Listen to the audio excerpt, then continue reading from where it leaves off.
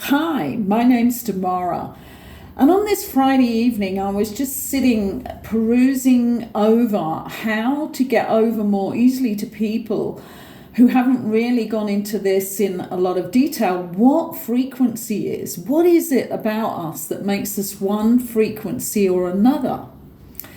And it just all came back to me from years ago when I used to go out, probably 2 decades ago, and I was doing talks for people who were interested in different aspects of us and into self-development maybe a little bit. And I used to do this chart of the brain waves. So if we start here with beta, okay, this is where we're active and we're in motion, much like I am right now.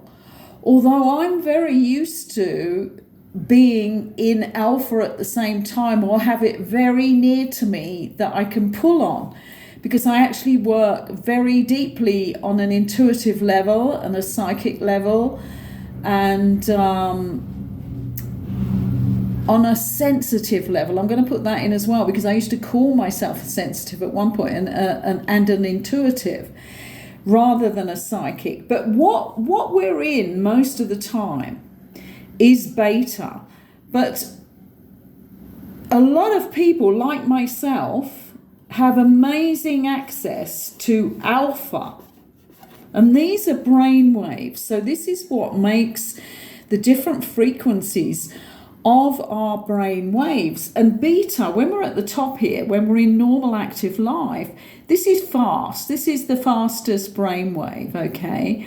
So when you meet people who are very stressed, you're going to know that they're in beta and their minds are working,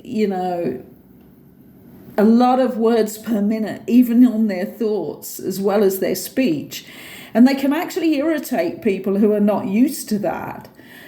But a lot of people do operate very mainly in beta and have no idea that they have alpha.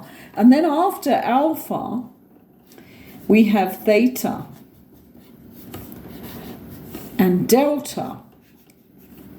So I'm going to go over the basics today, but I am going to go into this in more detail so that people begin to understand when they're out of having a good balance of different brainwaves, when they are madly stuck in beta, because that is not where we're going to be moving. If we have the majority of people on Earth in beta, we're not going to be moving into our new world anytime soon. So this is really important. And because I see my mission as being one of the people who is able to lead us more quickly into that new world state of being, because we're the ones that's going to create it. So we have to be there. So everything I do is geared to self-developing people with their permission, and they come to me for help all the time in different ways, to guide them into these different awarenesses of who we really are and how our human technology works. And it just came back to me that this is one of the basic teachings that I can give. Now, let's go from the top to the bottom, because then you'll see the huge contrast. Delta waves are when you are in deep sleep.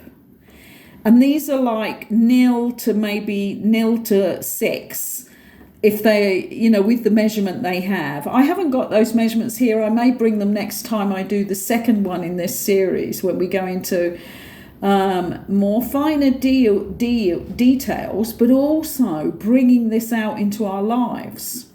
So beta is when we're active, like I am now, talking, and somebody's just out in the world with their, if they're just solely in beta, they're going to be in their manic manos mind.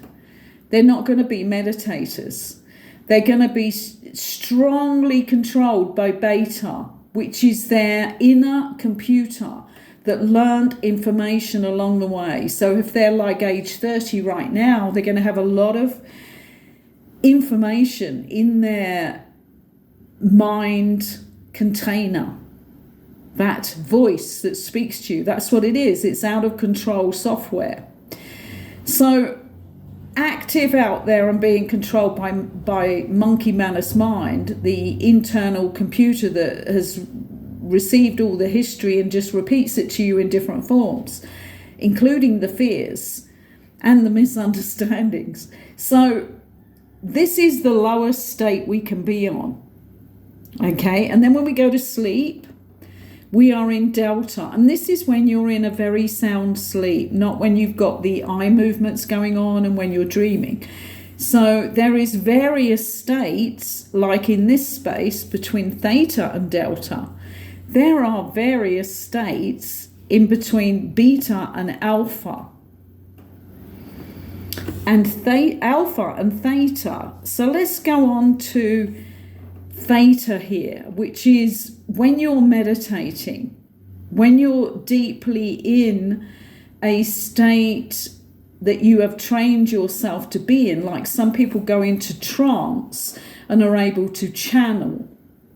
I actually channel, but I asked when I was being asked to channel, and I kept being nudged for a long time.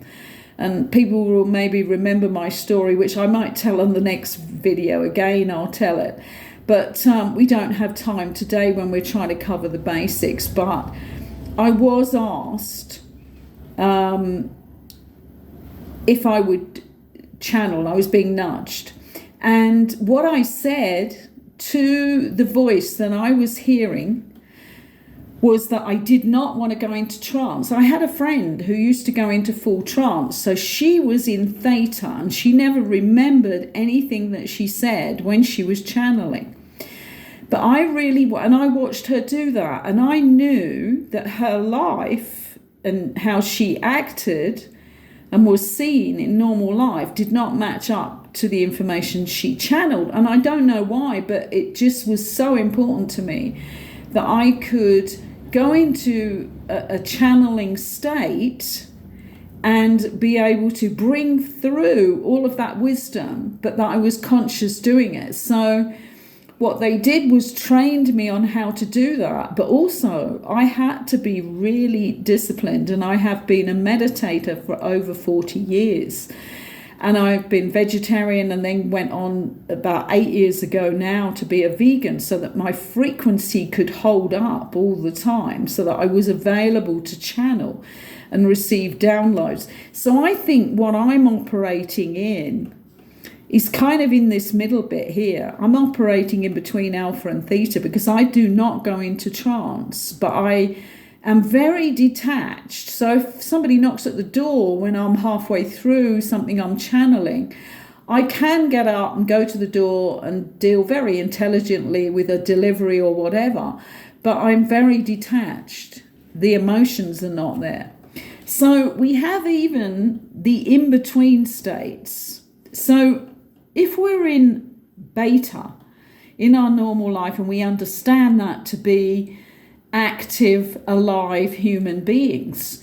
But if you start looking into this, and I think a lot of people need to understand where we're going and what is required of us to become who we really are, is you need to start to understand that alpha is when you're very much quieter than when in beta, and that you are calm and everything feels all right. You're not under stress. You're relaxed, and that's where alpha comes in. And that's when we get visualizations come to us, or when we get reflections, or we get light bulb moments.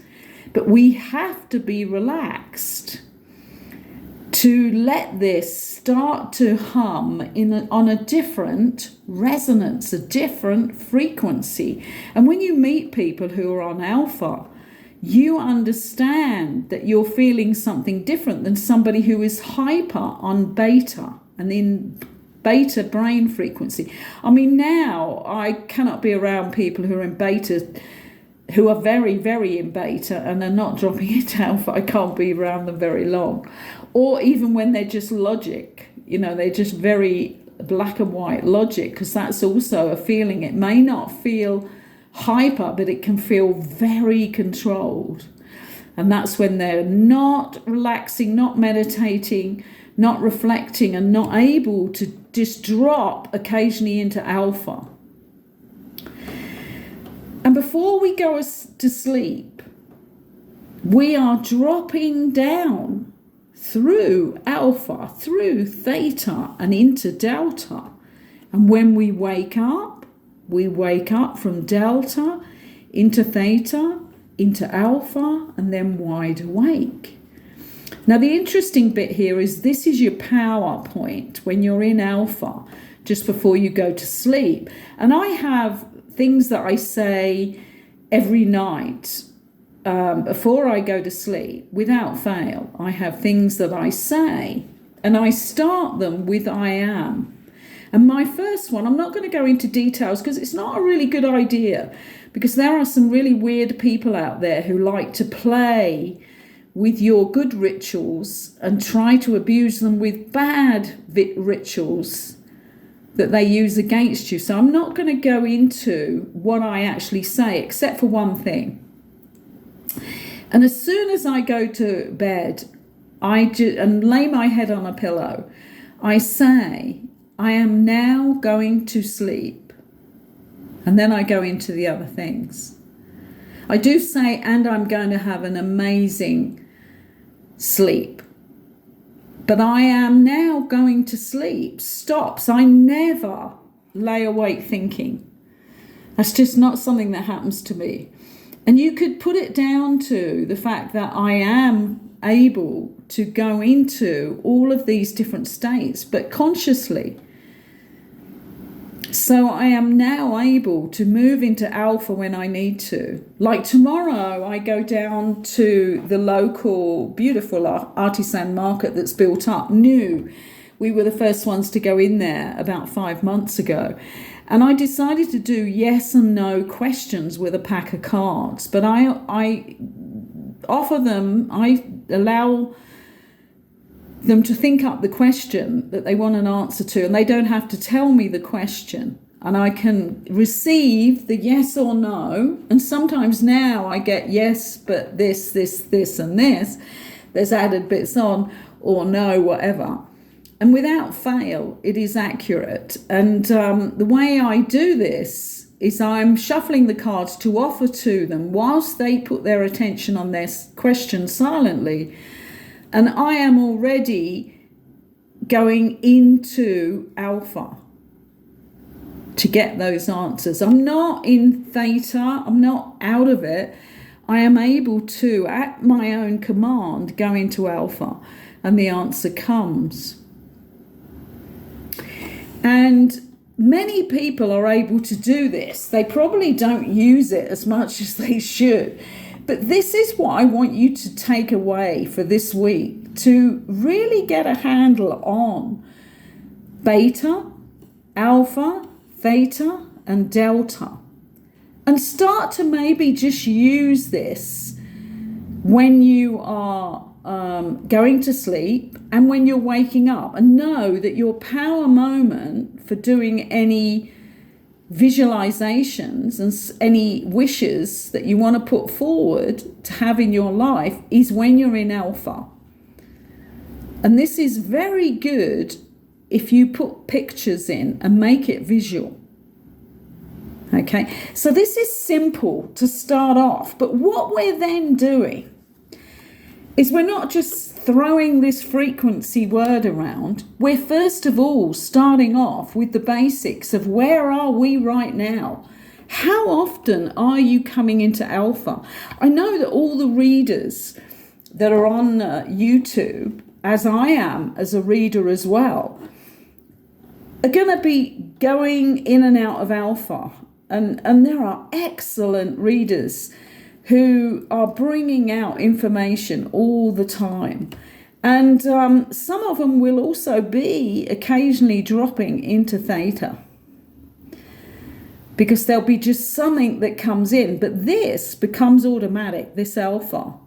Like I can openly speak for hours tomorrow where I'm I'm in beta when I'm greeting them and I'm doing the logical part of the conversation, but I'm a lot of the time in alpha because I'm bringing out stuff that I didn't know I knew, and it is for the person in front of me. So start to look at this for yourself. It doesn't matter if you don't do any of this in your work, but what you need to be, whatever your job, is that person who can pull on every brain frequency that they have to enlighten yourself on your job and to be able to get into that creative alpha. That's the first one to really see. But you need to be relaxed. So if you are a hyper-stressed person, this is when to get into meditation, which is also on one of my videos. But I'm trying to bring this down to simple forms about what we're talking about with frequency. And this is the beginning of it. What frequency are you operating on right now? And how can we tune you up and turn your body into that high frequency temple that it needs to be over the next period of time as we go through the changes that are coming upon us in frequency. Because not only do we need to raise, to be fluid with these frequencies at the right time and for the right reason, but our planet has higher frequencies coming into it too. So we have no chance of avoiding this now. And I'll go into why on the next video. Please like the video if you're enjoying the level of the material that I'm giving. And thank you for allowing me into your space today.